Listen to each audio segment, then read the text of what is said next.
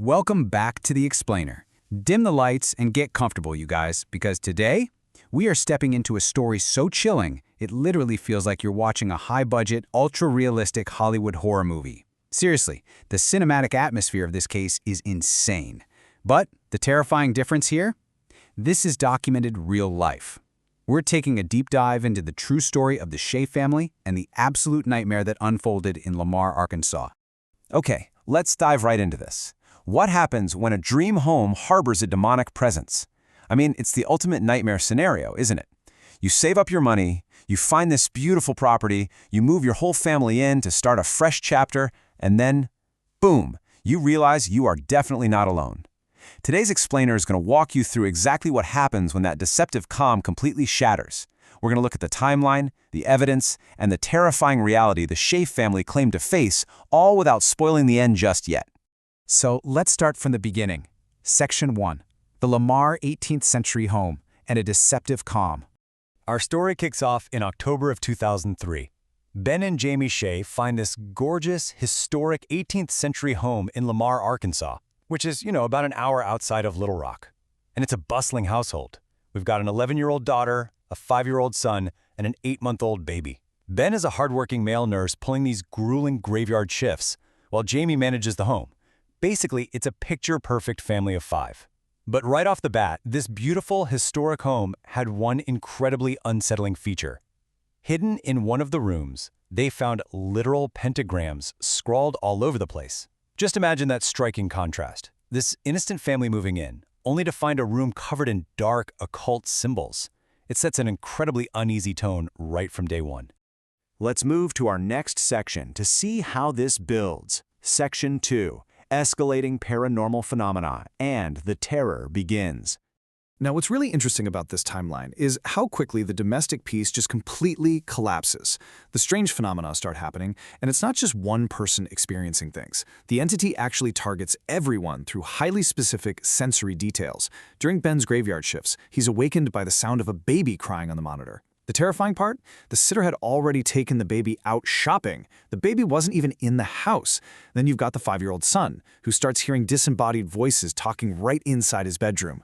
During playtime, the 11-year-old daughter watches in horror as electronic toys just turn themselves on.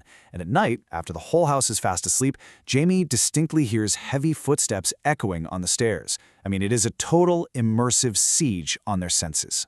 Which brings us to a really pivotal moment of discovery. Section 3. The greeter's dark secret, and a warning.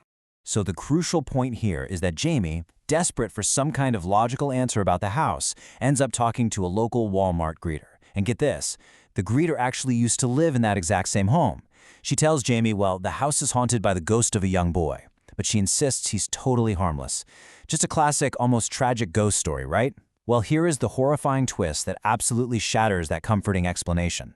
Unfortunately for the Shea family, since the greeter lived there, something else had arrived. That harmless ghost boy? Yeah, he was no longer the primary resident. This new arrival was classified in the documentation as a demon. We're not talking about a residual haunting or Casper the Friendly Ghost anymore.